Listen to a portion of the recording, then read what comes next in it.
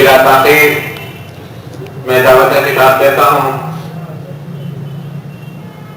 جامعہ اشرفیہ امان کوٹ کے ناظم اعلیٰ اور استاد الحدیث حضرت مولانا محمد ابو بکر مدنی صاحب دامت برکاتہم کو. وہ آئیں گے اور آپ کے سامنے اپنے خیالات کا اظہار فرمائیں گے. حضرت مولانا محمد ابو بکر مدنی صاحب دامت برکاتہم.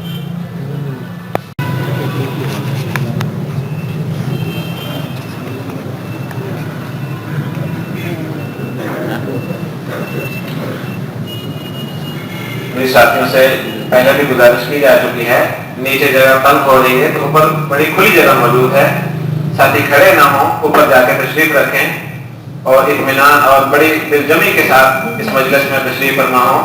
اور راستے میں جو ساتھی بیٹھ رہے ہیں ان کی خدمت میں بھی گزارش ہے کہ اوپر چلے جائیں یا پیچھے جگہ بنتی ہے تو وہاں دیکھنے آنے اور جانے والے ساتھیوں کو تکلیف نہ ہو. سب کی خدمت میں دست بستہ گزارش ہے کہ اوپر تشریف لے جائیں.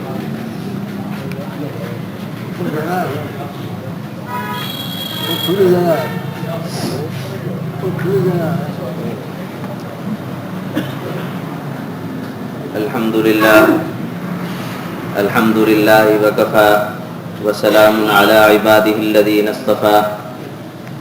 أما بعد فأعوذ بالله من الشيطان الرجيم. بسم الله الرحمن الرحيم. يا أيها الذين آمنوا اذكروا الله ذكرا كثيرا وسبحوه بكرة وأصيلا. وقال الله تعالى في مقام آخر واذكروني أذكركم واشكروا لي فلا تكفرون. قال النبي صلى الله عليه وسلم مثل الذي يذكر ربه والذي لا يذكر ربه مثل الحي والميت. صدق الله العظيم وصدق رسوله النبي الكريم ونحن على ذلك لمن الشاهدين والشاكرين والحمد لله رب العالمين. میری تمام دوستوں سے گزارش ہے کہ تھوڑا تھوڑا آگے ہو جائیے، آنے والے دوستوں کو جگہ دیجیے. تمام دوست اپنی جگہ سے تھوڑا تھوڑا ہلیں گے تو کچھ نہ کچھ جگہ کی گنجائش بن جائے گی. اور حکم بھی ہے کہ مجلس میں وہ ساتھ پیدا کی جائے دوسرے دوستوں کے لیے. تو دوست اس طرف ہونے میں دوست اس طرف ہو جائیں، آنے والے مہمانوں کو جگہ دی جائے. جو وضو خانے بیٹھے ہیں یہ سامنے آ جائیں بھائی، جو وضو خانے بیٹھے ہیں سامنے آ جائیں.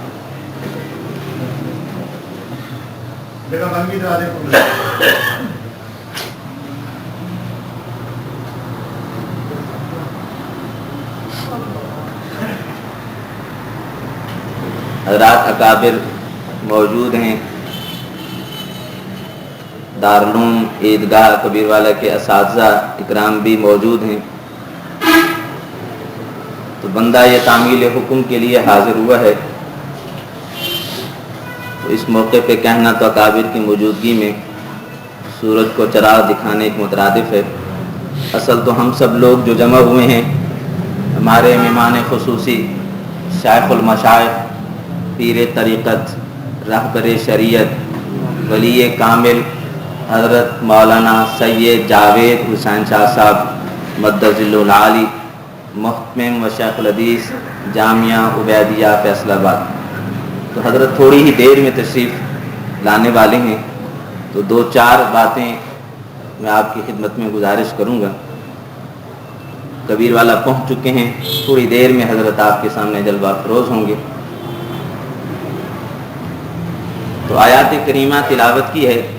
اس کا مفہوم ہے کہ اللہ رب العزت نے ایمان والوں کو حکم دیا کہ ذکر کریں اور کثرت سے ذکر کرنے کا حکم فرمایا. ایک تو اس کا مفہوم یہ ہے کہ اللہ کا استحضار، اللہ کی یاد رہے کہ ہر کام کرتے وقت، ہر موقع پر، ہر لمحہ جو بھی آدمی کام کرے اس کام کے وقت جو ہے وہ اللہ کو یاد رکھے کہ میں جو یہ کام کر رہا ہوں یہ میرا یہ کام شریعت اور سنت کے مطابق ہے، یہ شریعت اور سنت کے مطابق نہیں، اللہ کے حکم کے مطابق ہے اور نبی مکرم حضرت محمد صلی اللہ علیہ وسلم کے طریقے کے مطابق ہے یا نہیں. اگر ہمارا یہ کام اس طور پر یہ استحضار ہمیں حاصل ہو جائے تو گویا ہم نے پھر بھی اللہ کو پا لیا ہے۔ دوسری بات جو ہے وہ کثرت سے اللہ کا ذکر کرنے کی، کہ اللہ کو یاد کرنا۔ تو جب بندہ، بہت سارے دوست یہ شکایت کرتے رہتے ہیں کسی کام میں استقامت نہیں ہوتی، بہت سارے کام ہم شروع کرتے ہیں ان کاموں میں استقامت نہیں ہوتی، پابندی نہیں ہوتی، چند دن کوئی عمل شروع کیا جاتا ہے، وہ پھر عمل ہم سے چھوٹ جاتا ہے، وہ ختم ہو جاتا ہے۔ وجہ اس کی یہ ہے کہ ہم ذکر کریں گے، جب ذکر کریں گے مستقل بالذات، مستقیم بالذات کا جب ہم ذکر کریں گے تو ہمارے ہر کاموں میں بھی مستقل مزاجی پیدا ہو جائے گی، ہمارے تمام کاموں میں، ہمارے تمام معاملات میں بھی مستقل مزاجی پیدا ہو جائے گی۔ اس وقت مستقل مزاجی پیدا ہوگی جب ہم مستقل بالذات، مستقیم بالذات کا ہم ذکر کریں گے۔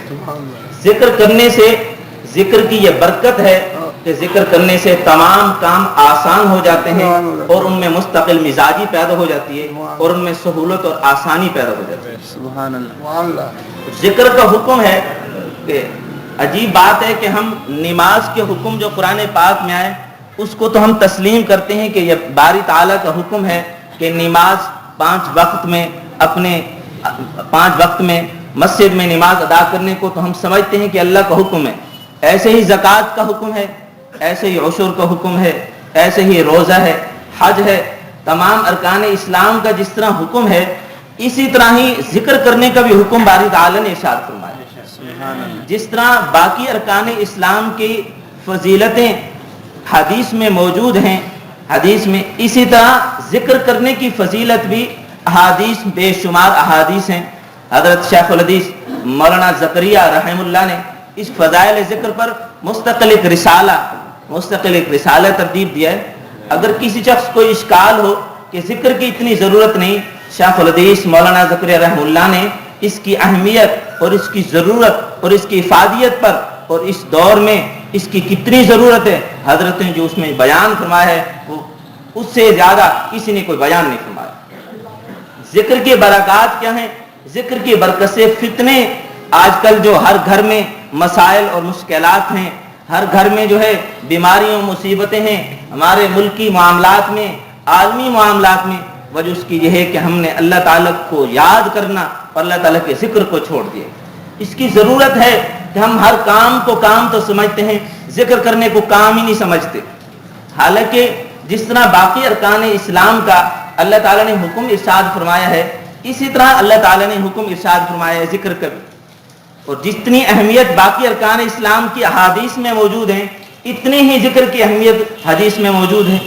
اسی وجہ سے تو رسول اللہ صلی اللہ علیہ وسلم نے ارشاد فرمایا کہ ذکر کرنے والوں کی مثال زندہ جیسی ہے اور ذکر نہ کرنے والوں کی مثال مردہ جیسی ہے۔ اور ایک اور روایت میں آتا ہے رسول اللہ صلی اللہ علیہ وسلم نے ارشاد فرمایا کہ تم اتنا کثرت سے ذکر کرو کہ لوگ تمہیں مجنون کہنے لگے، لوگ تمہیں پاگل کہنے لگے۔ تو ہم ذکر کرنے کو اہمیت ہی نہیں دیتے، ذکر کے لیے وقت ہی نہیں نکالتے، مشائخ سے تعلق ہی نہیں ہے، مشائخ سے تعلق کو ضرورت ہی نہیں سمجھتے۔ حالانکہ جتنی ذکر کرنے کی قدیم زمانے میں اتنی ضرورت نہ تھی جتنی اس دور جدید میں، اس پرفتن دور میں جتنی ذکر کی اہمیت اور ضرورت ہے اتنی شاید کسی زمانے میں آئی۔ اور ان بزرگوں کا وجود ہمارے لیے غنیمت ہے۔ جلدی جلدی بہت سے مشائخ، بہت سے اکابر چلتے جا رہے ہیں۔ آپ ایک مہینے میں کئی مشائخ کی، کئی اکابر کی وفات کی آپ نے خبریں سنی۔ اس لیے جو مشائخ اب موجود ہیں، جو مشائخ اب زندہ ہیں، یہ ہمارے لیے غنیمت ہیں۔ ہم غنیمت سمجھ کر اس کو سیکھیں۔ دنیا کے ہر کام ہم سیکھ کر کرتے ہیں۔ نماز سیکھے بغیر صحیح نماز نہیں، جس نے حج سیکھا نہیں اس کا صحیح حج نہیں، جس نے عمرہ صحیح نہیں سیکھا اس کا عمرہ نہیں۔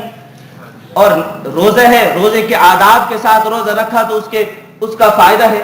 اس طرح ذکر سیکھنے کے لیے بھی مشائخ کی ضرورت ہے، ذکر سیکھنے کے لیے مشائخ کی ضرورت ہے۔ اور مشائخ کے یہ سلسلے جو ہیں یہ سارے صحابہ سے چلے ہیں۔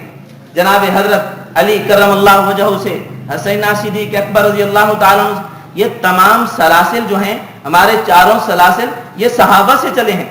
اور ان کی اہمیت ایسی ہی ضروری ہے کہ جیسے ہم باقی ارکان اسلام کو ضروری سمجھتے ہیں، ذکر کی ایسے ہی شریعت میں اہمیت اس کی ہے۔